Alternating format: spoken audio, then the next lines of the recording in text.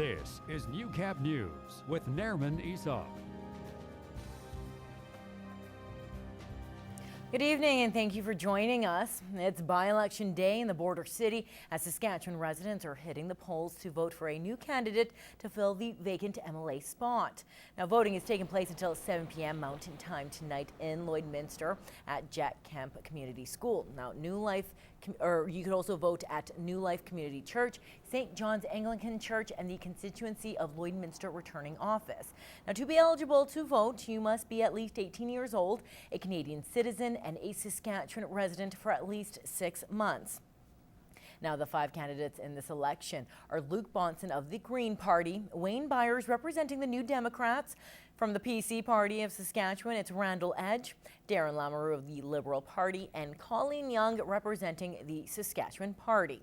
Now, according to advanced polls, more than 400 residents already have casted their ballots.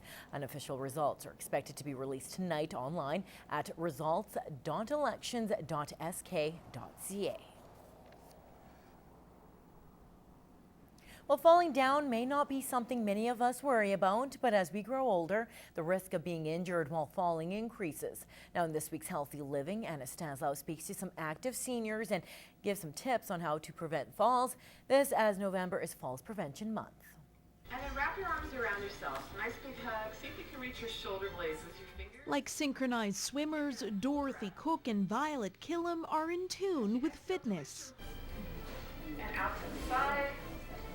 Sometimes I think, oh, I don't want to do those exercises, and I go, and then I'm happy I went because I felt a lot better. Well, I think it just makes you feel better if you go all regular, and especially I think it's good for sleeping. If you do a few exercises before you go to bed. We exercise pretty well every day. They'll do yoga a couple of times a week, or they'll have a video of exercise that they do from head to toe, or sometimes I'll work with them. Occupational therapist Rosalie Freund says 1 in 3 seniors living in the community will experience a fall each year, and up to 25% can have a serious injury. So the cost to the individual has more to do with the impact on their quality of life.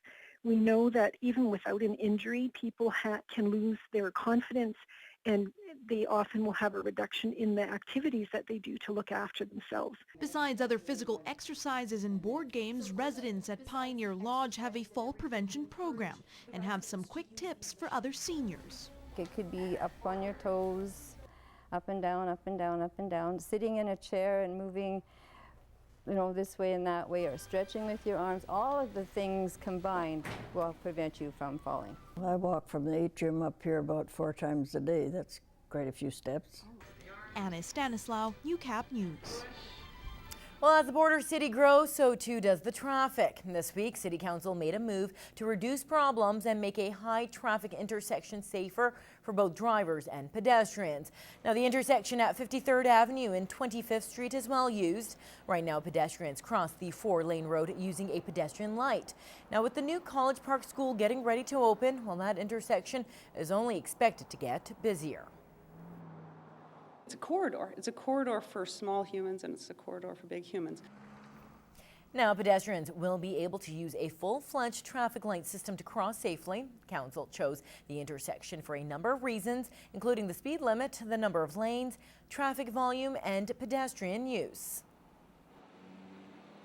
We're dealing with some historical needs, and we're going to address those needs, and we're going to try our best to continue to meet the needs as they arise going forward. There's lots of troublesome intersections in this town. Now, the lights are scheduled to be up and running by the end of the year. Meanwhile, City Council has approved the installation of a new wastewater treatment plant. Now, the old system filters wastewater through lagoons to the north of the city, Waste and most harmful bacteria attached to rocks in the lagoons. Now, Councillor Linnea Goodhand says it's time for an upgrade.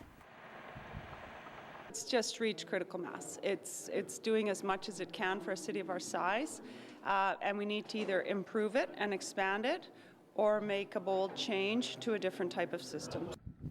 The new plant will trade rocks for a mechanical membrane. Now, once the water flows through the new system, it will have the potential to be reused, something that will become more important as the city grows.